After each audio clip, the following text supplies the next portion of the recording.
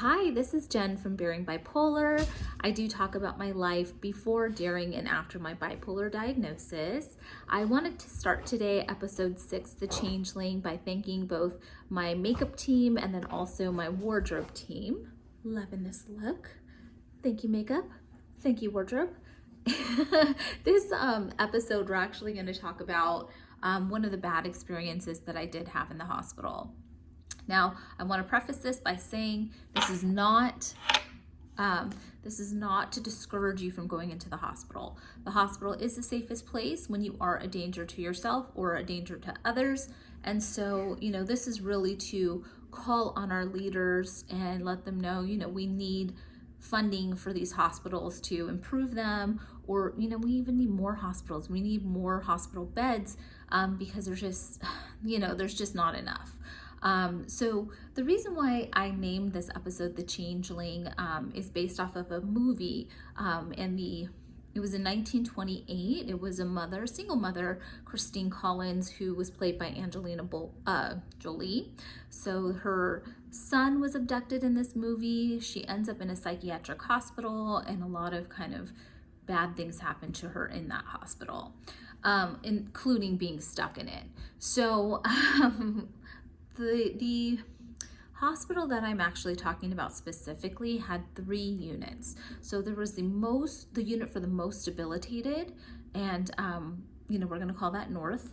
And then there was the mediocre people who are a little bit more stable, but still, needing to be on a hold where we want to monitor them and make sure that they are well before, they're released out of the hospital. And then there's an open unit. So that unit has people who actually come and go. They don't stay in the hospital.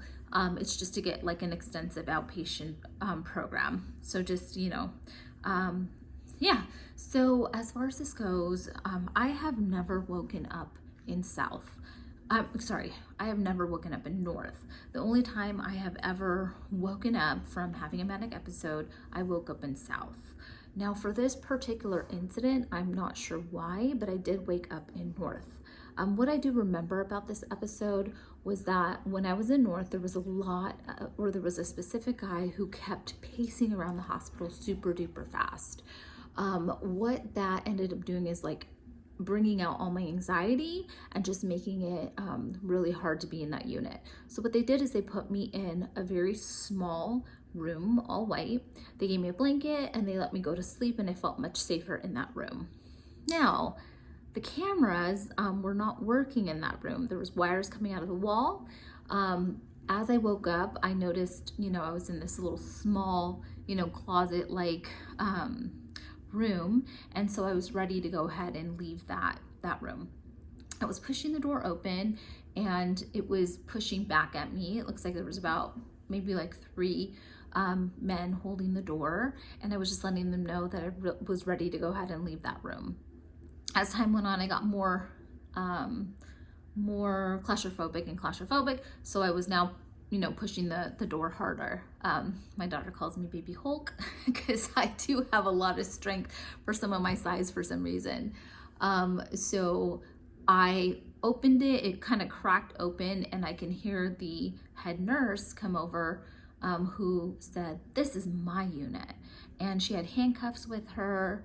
She came over, busted open the door, and then all 4 of them decided they were gonna go ahead and administer a shot to me. But what they did was they held my hands and they held my feet and they turned me and put me on my belly. So at this point, I'm crying. Are you gonna do what they did to Angelina in the Changeling? Are you gonna do that to me? And by that time, the nurse started noticing that I was extremely scared. So she started kind of petting my head, and it was too late. They had already given me a shot. And so unfortunately, I went ahead and went to sleep and woke up in South. This was extremely scary to me. It was something where I told my husband, told my daughter, my mom, what had happened to me. My dad is like, "You should have reported her." But I ended up just never going to that hospital again and checking into a hospital where I felt more comfortable. So it really only took one incident to make me not want to go to that hospital ever again. So that's a huge problem. You don't want to have someone discouraged from taking their family member to a hospital because you're seeing some type of mistreatment in the hospital. You want to make sure that they will go back. So when it is needed, they will actually go ahead and go to that hospital. So it's just one of those lessons that, we've got to make sure that we have great outpatient care. We have to make sure that we have good inpatient care. I know Governor Newsom has that, Proposition 1 coming out that would give a lot more money to mental health.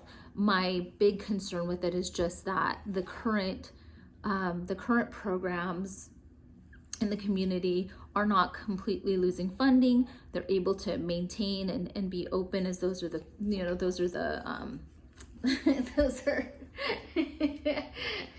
those are the ones that are tried and true. So that was really all I wanted to go over with you guys. Thank you so much. I appreciate it. Love you. Bye.